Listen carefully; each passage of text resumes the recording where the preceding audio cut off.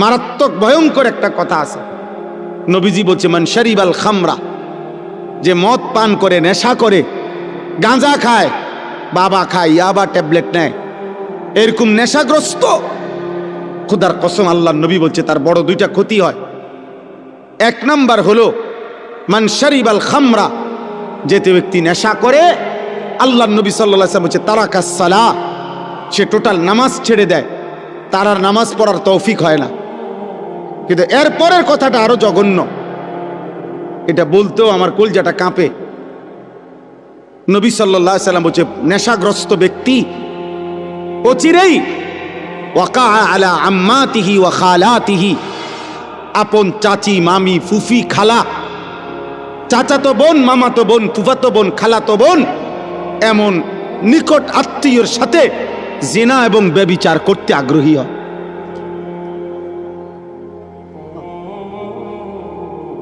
আল্লাহর কসম নবী বলছে। এজন্য যে নেশাখোর ওই জিনাখোর,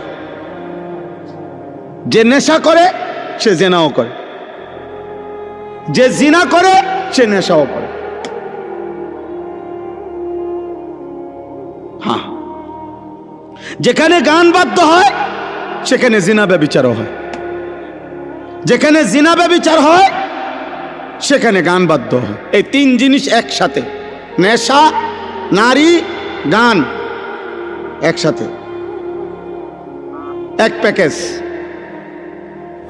এক প্যাকেজ। যেখানে মদের আড্ডা সেখানে গানেরও আড্ডা, নারীরও আড্ডা, যেখানে নারীর আড্ডা সেখানে মদেরও আড্ডা, গানেরও আড্ডা।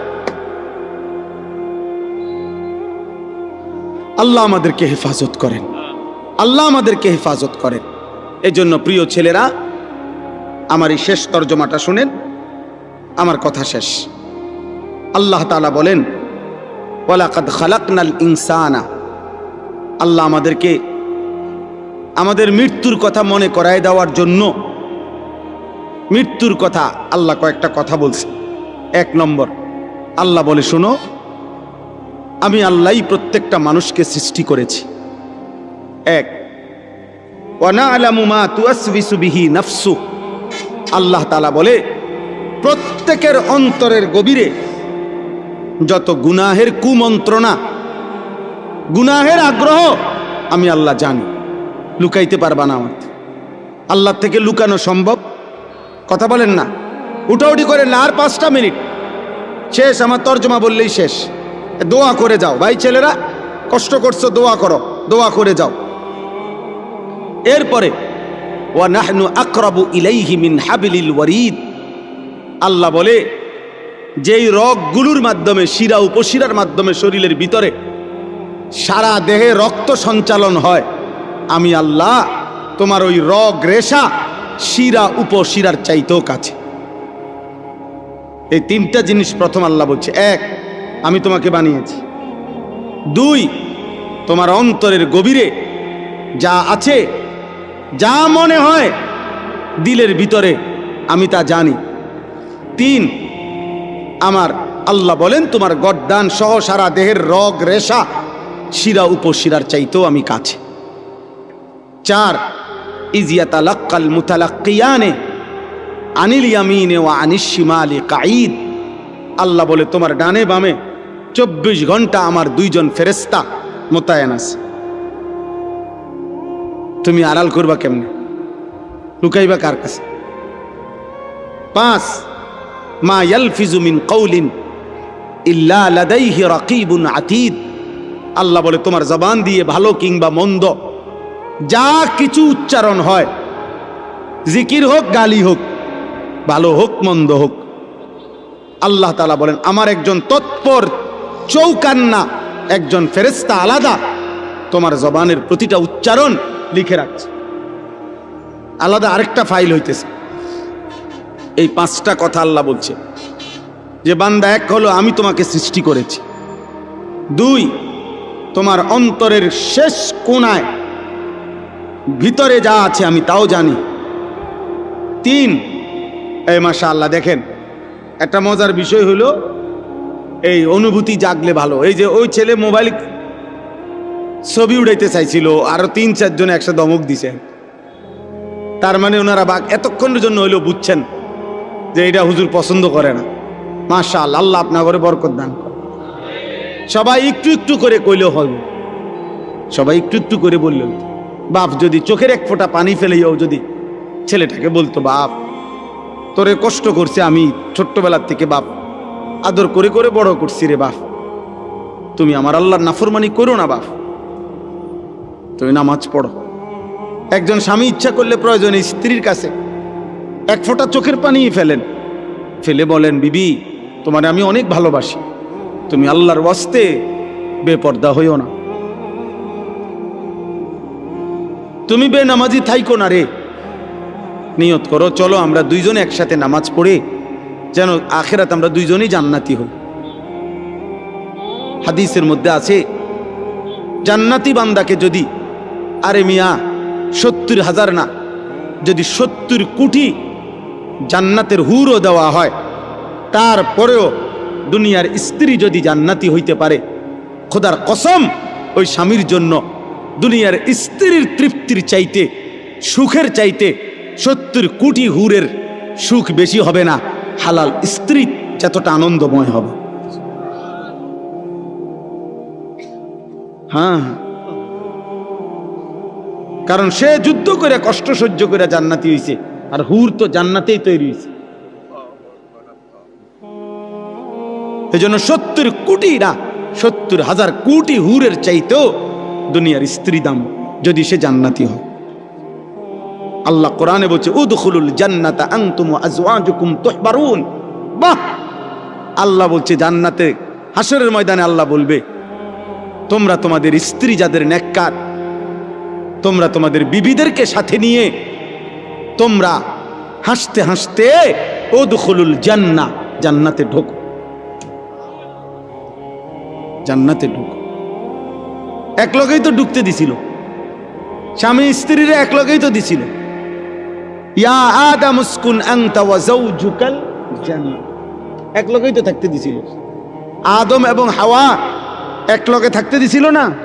হ্যাঁ, বুঝা গেল স্বামী স্ত্রী নেককার হলে এই মজাটাই আলাদা, এই জান্নাতটাই আলাদা। আল্লাহ আমাদেরকে তৌফিক দান করেন। ওয়াজাআত সাকরাতুল মাউত বিল হক। আল্লাহ বলেন, এই দেখেন শেষ কথাটা বোঝেন, আল্লাহ বলে, বান্দা তোমাকে আমি বানিয়েছি, আমি তোমার ভিতরেরটাও জানি, আমি তোমার শিরা উপশিরা রগ রেশারও কাছাকাছি। আমার 2 জন ফেরেশতা তোমার ডানে বামে, আমার আরেকজন ফেরেশতা তোমার জবানের সব লিখে রাখে।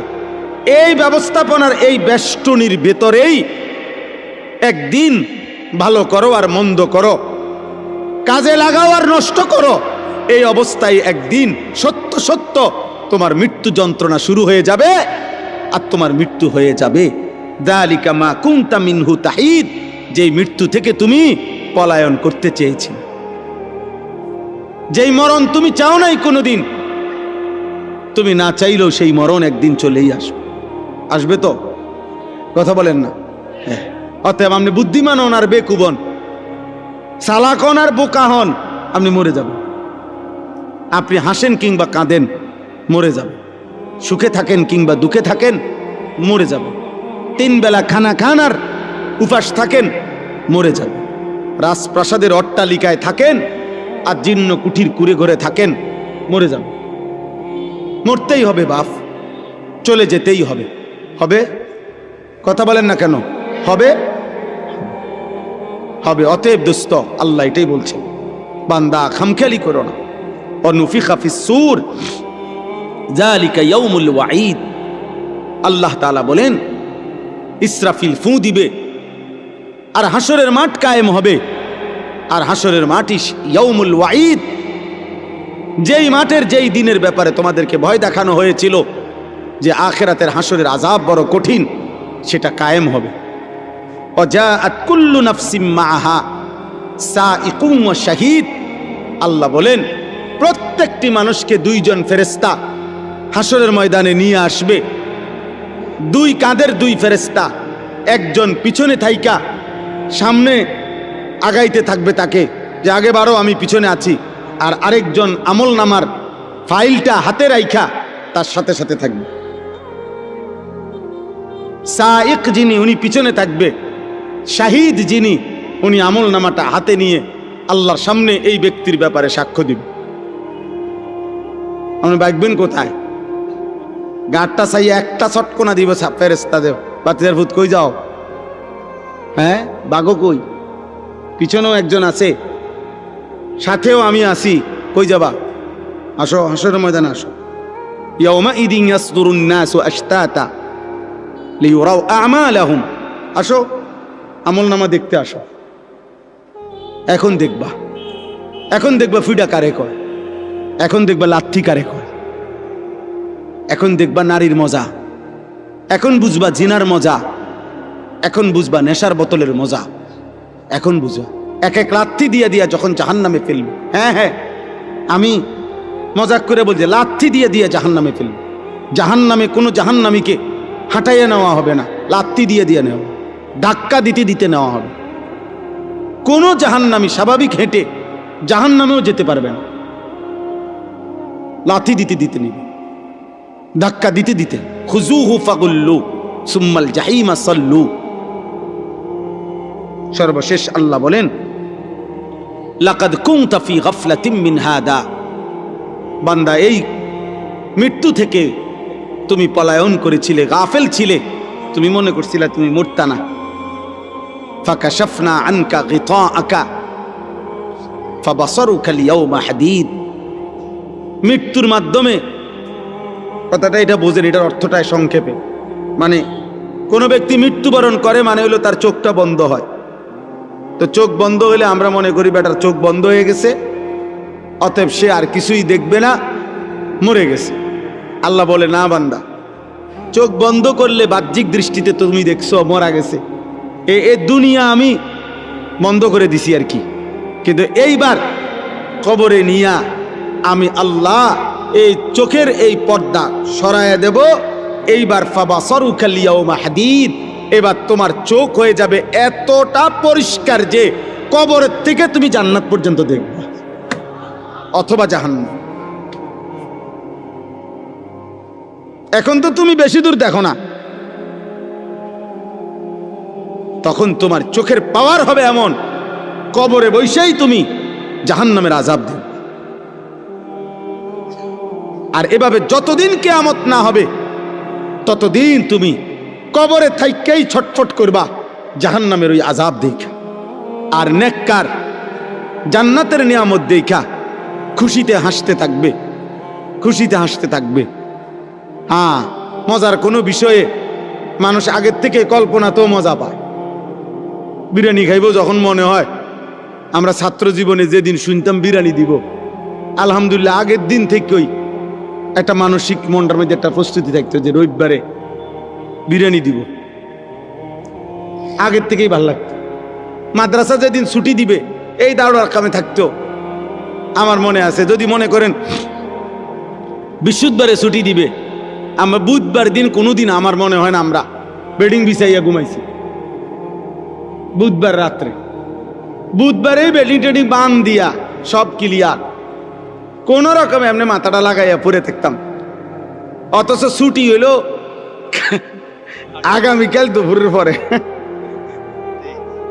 কিন্তু মজা লাগতেছে যে বাজ্জাম।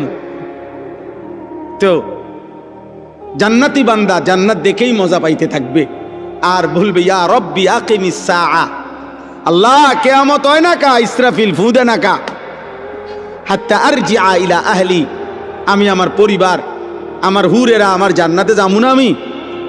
আর নাফরমান বলতে থাকবে হাদিসে, ইয়া রব্বি লা তাকুমিস সাআ, হে আল্লাহ কিয়ামত যেন না হয়, ইসরাফিল যেন ফু না দেয়, আহা এই আযাবে আমি কেমনে থাকি। আল্লাহ আমাদেরকে হেফাজত করেন। অতএব প্রিয় ভাই, একটা একটা ছেলেকে অনুরোধ করছি, দোস্ত আমি অনেকক্ষণ বললাম, ছেলেরা আমার, একটা একটা ছেলেকে অনুরোধ করলাম, নষ্ট হইও না, নষ্ট হইও না, নারীর ফান্দে জীবন শেষ করে দিও না, মোবাইলটার দিয়া জীবনটা নষ্ট করে দিও না, একটা মোটর সাইকেলের জন্য এমন সুন্দর একটা যুবক নষ্ট হয়ে যায়ও না। 12,000 14,000 টাকার একটা মোবাইলের কাছে এমন একটা হায়াত, এমন একটা জীবন চরিত্রহীন বানায় দিও না, বরং জীবনটা সুন্দর করার চেষ্টা করেন। প্রত্যেকের কাছে অনুরোধ, নবী সাল্লাল্লাহু আলাইহি সাল্লামের একটা সুন্নাত আমল করবেন। আল্লাহ তাআলা আমাদেরকে তৌফিক দান করেন। আল্লাহর কথার উপরে সামান্যতম তুচ্ছ তাচ্ছিল্য করা, এটা কুফরি, ডাইরেক্ট কুফরি। ইস্তেহজা কুফরি, মানে ঠাট্টা করা, তুচ্ছ তাচ্ছিল্য করা, কোনো কথা দ্বারা, শব্দ, আচরণ, উচ্চারণ দ্বারা। প্রিয় ভাই, একটা হলো আমল না করা, আর একটা হলো অবজ্ঞা করা। দাড়ি না রাখা এটা কবিরা গুনাহ, কিন্তু অবজ্ঞা করা, টিটকারি করা, বিদ্রুপ করা কুফরি। এটা জরুরি কথা, কিন্তু এজন্য ফাইজলামি সবখানে না, মস্কারি সব জায়গায় না। তুমি না শুনলে কোনো সমস্যা নাই, আমি তো আগেই বললাম, কিন্তু আল্লাহর কথা শতভাগ মনোযোগ দিয়ে শুনতে হয়। কোরআনুল কারীমের মধ্যে বারবার আল্লাহ তাআলা এই কথাটা বলছেন, ফাসতামিউ লাহু ওয়া আনসিতু। আমার কোরআন আল্লাহ আদেশ করেছেন তোমরা মনোযোগ দিয়ে শোনো এবং চুপ থাকো, লাআল্লাকুম তুরহামুন। আল্লাহ তাআলা বলেন, যদি মনোযোগ দিয়ে শোনো, চুপ থাকো, আমি আল্লাহ ওয়াদা করলাম অবশ্যই তোমাদের উপরে রহমত বর্ষিত হবে। এই সরাসরি আল্লাহর ওয়াদা। এজন্য যে আল্লাহর কথা মনোযোগ দিয়ে শুনবে, চুপ থেকে শুনবে, আল্লাহ তার উপরে রহমত বর্ষণ করবে। রহমত বর্ষণ করবে মানে কি? তাফসীরে রুহুল মাআনিতে আছে তৌফিকুত তাআ, ইউওয়াফিকুহুত তাআ। আল্লাহ তাআলা তাকে ওই কথাগুলোর উপরে আমল করার, আনুগত্য করার, আমল করার তৌফিক দান করবে। হযরত এই মাত্র বললেন, আমার পরম শ্রদ্ধেয় উস্তাদ, বাংলাদেশের মুরব্বী, বাংলাদেশের হাজারো লাখো উলামায়ে কেরামের অভিভাবক, হেফাজতে ইসলাম বাংলাদেশের সংগ্রামী মহাসচিব আল্লামা শায়েখ সাজিদুর রহমান দামাত বারাকাতুহুমুল আলী, একেবারে ছোট্টবেলায় জিন্দেগির প্রথম মাদ্রাসার পড়ালেখা বলতে যা বুঝায়, আমি সেটা দারুল আরকামি পড়ছি। হুজুর আমার উস্তাদ না শুধু, অনেক প্রিয় উস্তাদ, আমাদেরকেও ব্যক্তিগতভাবে অনেক আদর করে, অনেক আদর। সর্বপ্রথম যাদেরকে দিয়ে, সর্বপ্রথম যেই বেস দিয়া দারুল আরকাম মাদ্রাসা, ওই মেড্ডা পীরবাড়ি চালু হয়েছে যেখানে, আমি সেই বেসের ছাত্র। আমাদেরকে দিয়েই মাদ্রাসা চালু হয়েছে। সেই এই মসজিদ, পুরান মসজিদের কাজ, রাস্তার সামনে যেই মসজিদটা, আমরা নিজেরা কাজ করছি, মিস্ত্রিরাও করছে, আমরাও কাম করছি। একবেলা পড়ছি, একবেলা মসজিদের কাজ করছি, ছাদ ডালাইয়ের কাজও আমরা করছি, আলহামদুলিল্লাহ। তো যাই হোক, বলার উদ্দেশ্য হলো, হুজুর এই মাত্র বললেন যে আমল মাকসাদ, বললেন না এখন আমল মাকসাদ। তো আল্লাহ তাআলার কথা যদি কেউ মনোযোগ দিয়ে শুনে, আল্লাহর ওয়াদা যে তোমার উপরে রহমত বর্ষিত হবে, মানে হলো আল্লাহ তাআলা তোমাকে আমলের তৌফিক দিবে। প্রিয় ভাই, আসলে অনেক মানুষ আছে ফিরতে চায়, ফিরতে পারে না। মাঝে মাঝে মন চায় নামাজ পড়তে, সময় কুলায় না, অথবা মানসিকতাই হয় না। অনেকের আছে অনেক গুনাহ ছেড়ে দিতে মন চায়, কিন্তু কে যেন তারে ফিরায় রাখে। তাহলে আল্লাহ তাআলা কাউকে ইবাদতের তৌফিক দেওয়া, এটা আল্লাহর নিয়ামত, এটা আল্লাহর নিয়ামত। এই জন্য আল্লাহর কথা মনোযোগ দিয়ে শুনতে হবে, আজকে না, সব সময়। প্রিয় ছেলেরা, কিশোর নওজোয়ান ভাই, মহব্বত করেই আসছো, আমরা বুঝি, ভালোবেসেই আসছো। তো মনে করো আমারে মহব্বত করে আসছো, তো এটার মাকসাদ কি? যে উনি কোরআন সুন্নাহর কিছু কথা বলবে, এগুলো আমি শুনবো, এই নিয়তেই আসছো, তাহলে আইসা যদি তামসা করো তাহলে আসলা কেন ভাই? আইসা যদি তুমি মোবাইল নিয়েই ব্যস্ত থাকো তো আসলা কেন ভাইয়া? আইসা যদি তুমি বুট বাদামি খাও তো আসলা কেন? বুট বাদাম কি পৃথিবীতে আর কখনো মিলবে না? বুট বাদাম কি বেচা কিনা আজকেই শেষ? কথা বলেন না? তাইলে শুধু শুধু এটা তো একটা ম্যাজিক না যে সার্কাস দেখাইলাম, আমি আইলাম, আমরা দেখলেন, এইটা তো কোনো কথা না বাপ। আমি এই জন্যই বললাম, দয়া করে সমস্ত ছেলে বাবা সবার কাছে অনুরোধ, আল্লাহর কথা মনোযোগ দিয়ে শুনতে হবে। চোখের দিকে তাকাইয়া শুনলে বরকত। চোখের দিকে তাকায়, হাদিসে স্পষ্ট আছে সাহাবায়ে কেরাম এভাবে আল্লাহর নবীর কথা শুনতেন যেন তাদের গর্দান থেকে মাথাটা আলগা করে রাখছে, অর্থাৎ মাথা থাকলে না নড়ত, এমন নিশ্চুপ এবং এমন মনোযোগ যে মনে হয় যেন মাথায় নাই। আবার কোন হাদিসের মধ্যে আছে কাআন্না আলা রুউসিনা তাইর, তো সাহাবায়ে কেরাম বলতেছেন কাআন্না আলা রুউসিনা তাইর, আমরা নবীজির চারপাশে বসলাম নবীজির কথা শুনতে, এতটা মনোযোগ যে যেন আমাদের মাথার উপরে পাখি বসছে। তো কোনো মোটা ডালের মধ্যে পাখি বসে, যে ডাল নড়ে না, চিকন পাতলা ডালে, গাছের ডাল আর কি, যেটা শুধু নড়ে হালকা বাতাসেই, এটার মধ্যে পাখি বসে না, কারণ এ তো শুধু নড়ে। তো এজন্য এতটাই স্থির মাথা যে এত মনোযোগ যে যেন মাথার উপরে আইসা পাখি বসছে। রাসূলুল্লাহ সাল্লাল্লাহু আলাইহি সাল্লামের কথা সাহাবায়ে কেরাম এভাবে শুনতেন, এভাবে শুনতেন। হাদিসের মধ্যে আছে রাসূলুল্লাহ সাল্লাল্লাহু আলাইহি সাল্লাম আসরের নামাজের আগে একদিন মসজিদে নববীতে দাজ্জালের ব্যাপারে বয়ান করছেন। দাজ্জালের, শেষ জামানার সবচেয়ে বড় বিপদ, ফিতনা। একজন ইমানদারের উপরে সবচেয়ে বড় বিপদ হলো, ইমানের সবচেয়ে বড় পরীক্ষা হলো দাজ্জালের ফিতনা। নবী সাল্লাল্লাহু আলাইহি ওয়াসাল্লাম বলছে মা বাইনা খালকে আদম ইলা কিয়ামিস সাআ আকবারা মিন ফিতনাতিদ দাজ্জাল। আদম সৃষ্টির পর থেকে কিয়ামত পর্যন্ত একজন মুমিনের জন্য দাজ্জালের চাইতে বড় কোনো ফিতনা নাই। নবী সাল্লাল্লাহু আলাইহি ওয়াসাল্লাম বলছেন। এই দাজ্জালের ব্যাপারে নবীজি আসরের নামাজের আগে বয়ান করছেন সাহাবাদের কাছে। দাজ্জালের সবচেয়ে বড় বিপদ হলো দাজ্জাল মানুষকে ঈমান হরণ করে কোটি কোটি মুসলমানকে মাত্র 40 দিনের মধ্যে বেঈমান কাফের বানায় ফেলবে। একেবারে প্রকাশ্য কাফের, আচরণগত কাফের না, ডাইরেক্ট কাফের। কাফের বানায় ফেলবে। আর কোনো মানুষের জন্য ঈমান হারা হওয়া সবচেয়ে বড় বিপদ।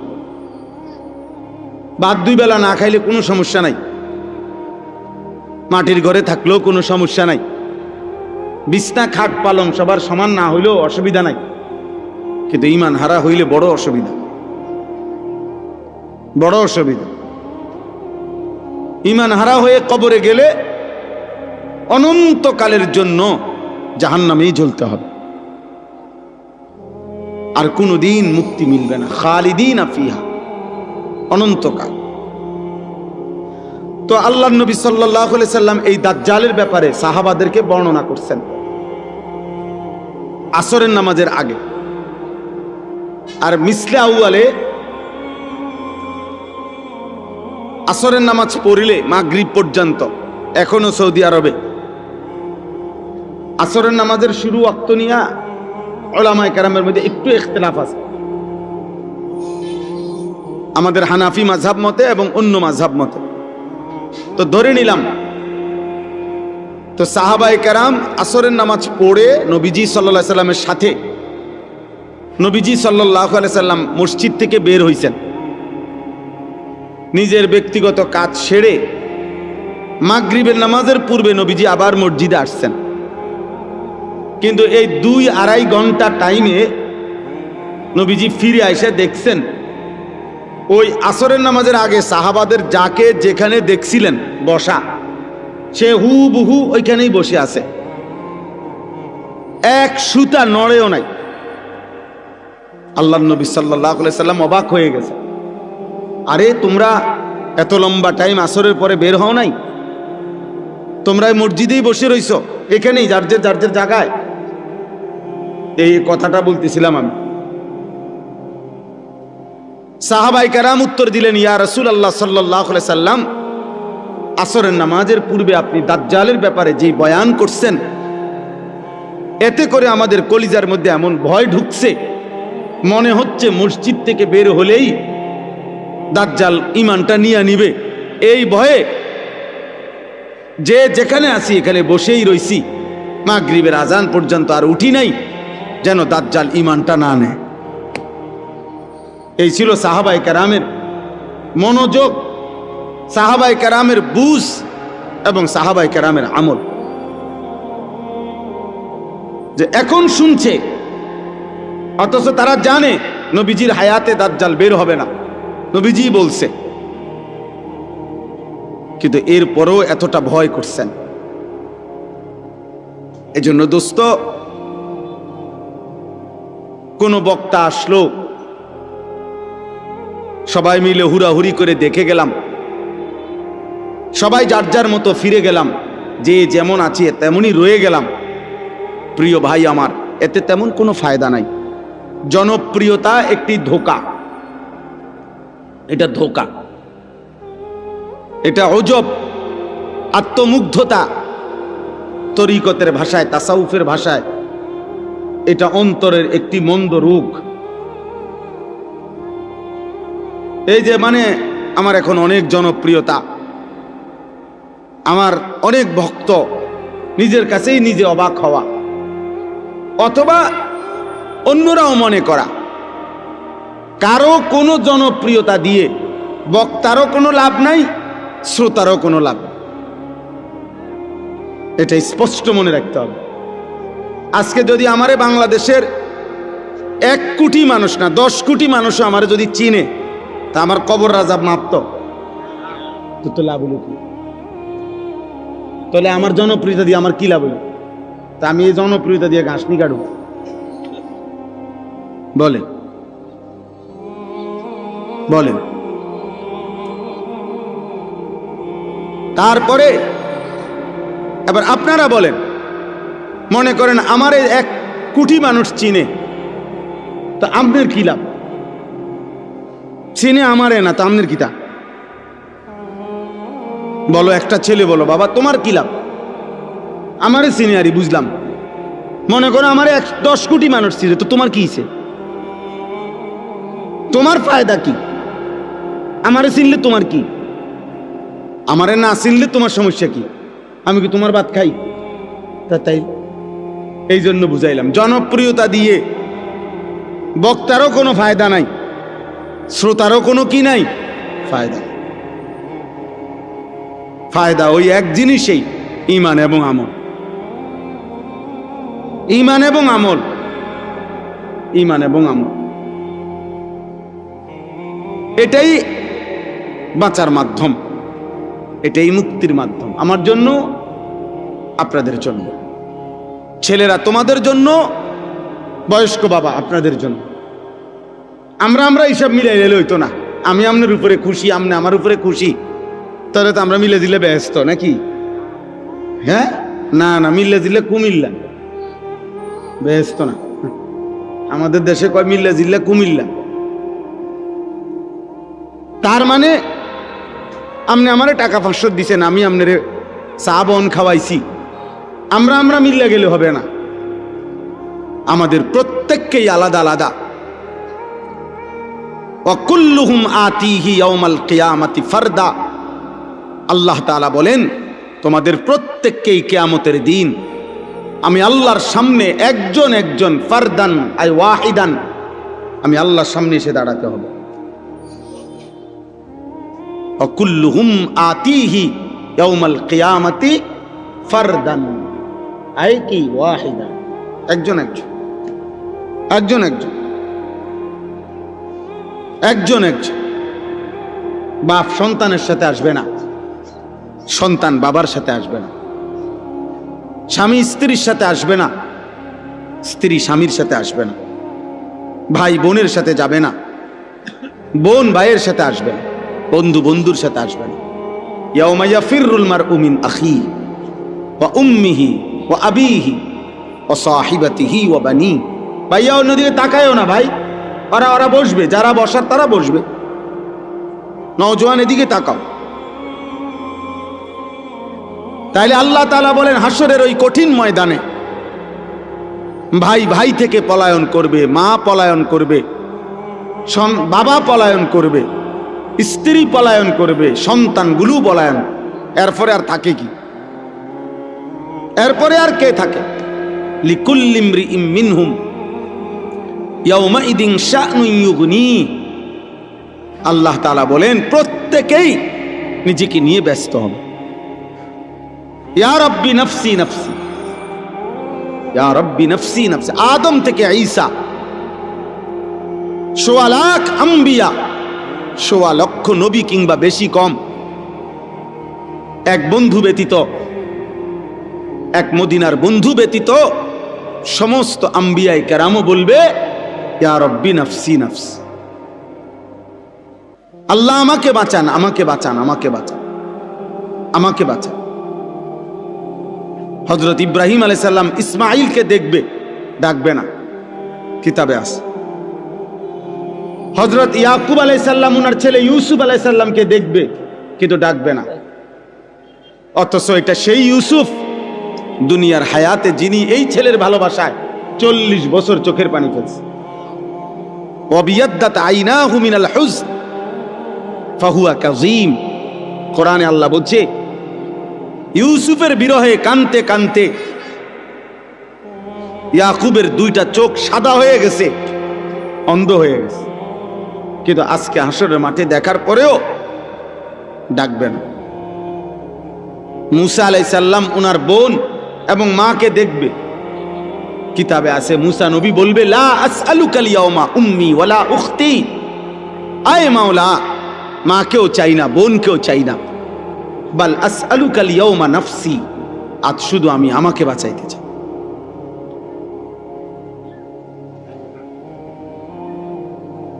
জিব্রাইলের মতো ফেরেশতা সাল্লে, আয় আল্লাহ আমাকে নিরাপদ রাখেন, আমাকে নিরাপদ।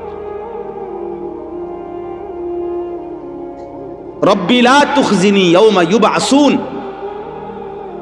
ইব্রাহিম আলাইহিস সালামের মতো নবী কোরআনে আছে। আল্লাহ বলছেন, আল্লাহর কাছে দোয়া করছেন ইব্রাহিম নবী, যে আয় আল্লাহ কিয়ামতের দিন যখন সবাইকে কবর থেকে উঠাবেন, সেদিন আমারে বেইজ্জতি করেন।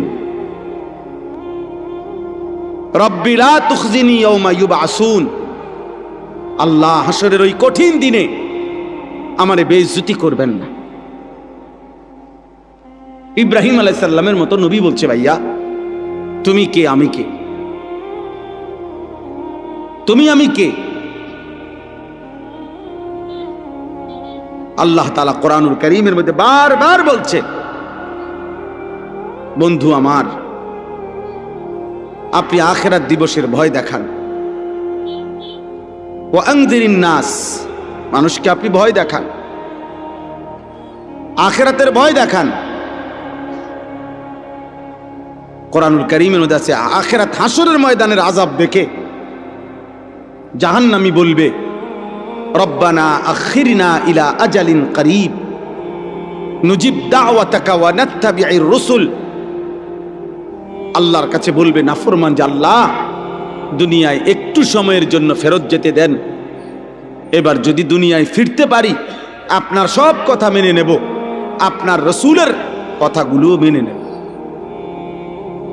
আল্লাহ তাআলা বলবেন না বান্দা, ইতিপূর্বে দুনিয়ায় থাকাকালীন তুমি ভেবেছিলে এমন একটা হাসরের দিন হবে না, আর তুমিও মনে করছিলা তোমার এই সুখ আর নিয়ামত, তোমার এই মাতবুরি আর অহংকার, তোমার এই যৌবন আর সুস্থতা, মা লাকুম মিন জাওয়াল, এগুলো আর কোনোদিন শেষ হবে না।